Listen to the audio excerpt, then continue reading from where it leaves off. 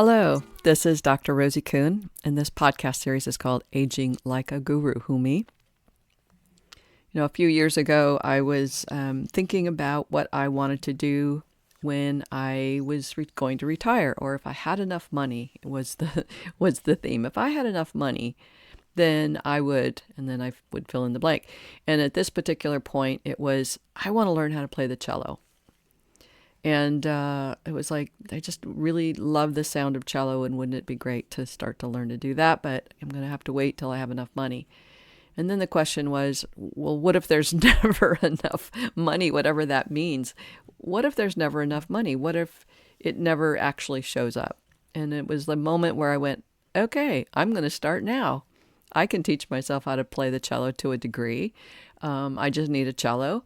And I told a friend about my desire, and he said, hey, I got a cello I'm not using. And so I got to borrow his cello and talked to some people in the community, and they said, hey, I'll show you a few things. And so I got on my way and I started to learn how to play the cello.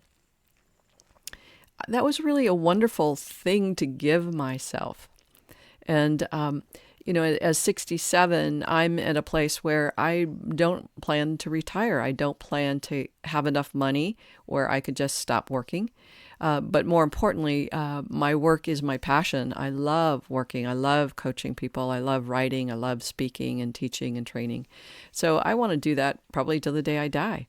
So, that's just a perspective that I have.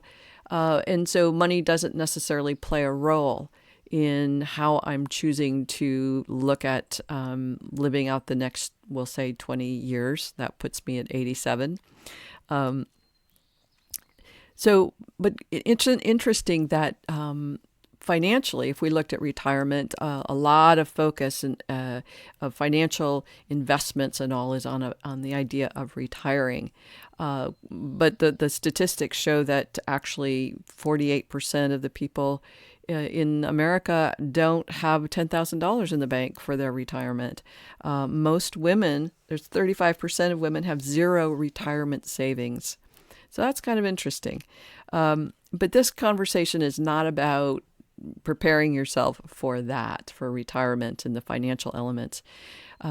It's really about retiring in terms of who you be and how you be, the focus on productivity and participating in careers, and the ending of that part of life, that of the letting go of what that was in terms of who you were in that.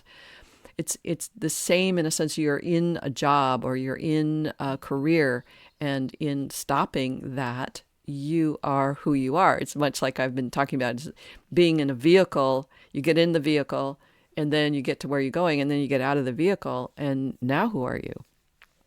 And I titled this podcast Retirement Psychosis, because there's a lot of people who aren't prepared to find out who they are. They are not prepared to see who they are or who they're not without their jobs. So quite often people keep postponing their jobs, postponing their retirement, I should say, so that they never have to actually discover who they are that way. And it's astounding the number of people that actually die soon after retiring, especially people who retire at the age of early retirement at 62. There's a large amount of people, large percentage of people who actually die shortly after they retire. Now that's pretty interesting, and most of the research points to who people, what's happening in their life when there's nothing to do, and they've lost a sense of purpose, or they've lost a sense of meaning, or they've lost a sense of who am I. And that's part of this intention of this whole podcast series, is to say, hey, there's somebody in there, and who is that, and what is their interest? What are you fascinated by in life, and what do you want to cultivate for yourself? What would be fun? And so many people say, oh, I'll talk about that, or I'll think about that when I get to retirement. But at that point, it's a point where it's not too late by any means. But wouldn't it be great to kind of be aware and prepared earlier for who you are wanting to be when you are no longer in the job, in the vehicle of jobness or careerness or productivityness, our financial breadwinnerness. Those are all elements of who we identify with in this human experience, but we're more than that too, as you've heard me say already many times.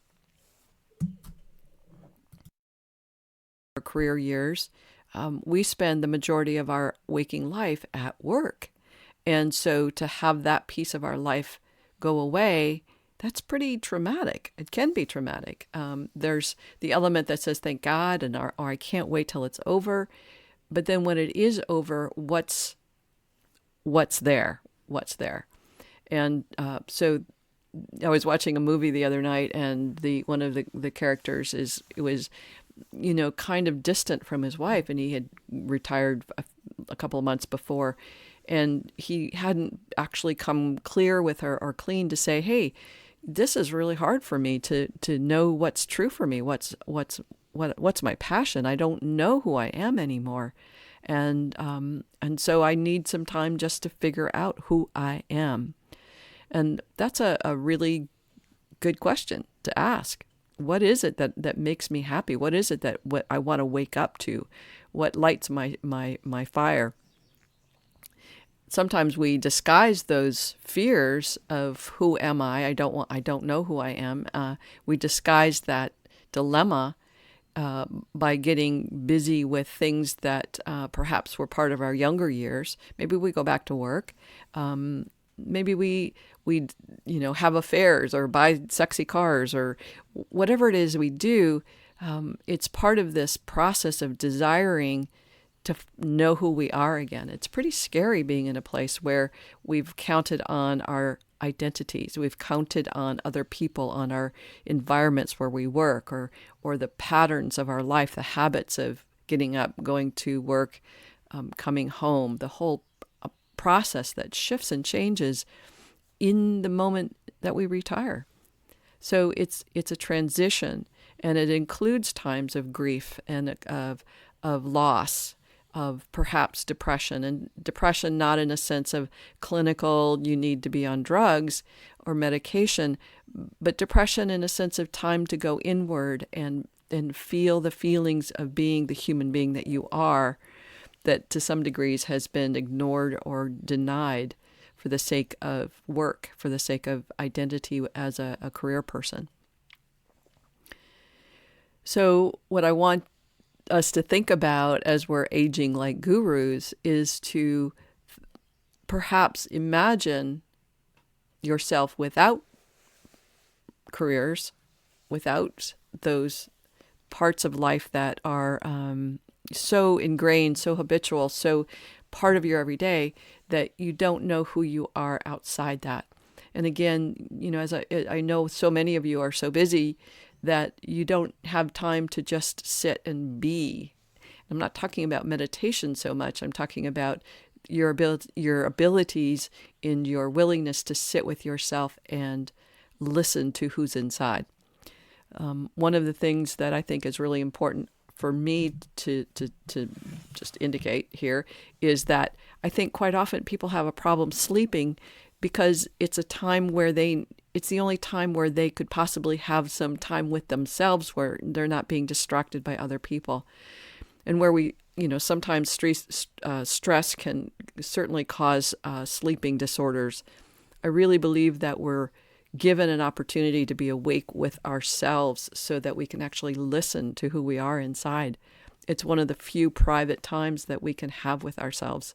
And so I came to really, really relish those times with myself in the middle of the night where I could really hear and listen to who I am. And I think that's a big part of aging like a guru, regardless of how old we are or how young we are, is that we give ourselves time to listen to who's inside this experience. All right, that's it for now. If you have any questions or comments, I'd love to hear from you. Other than that, I will look forward to talking to you soon. Bye for now.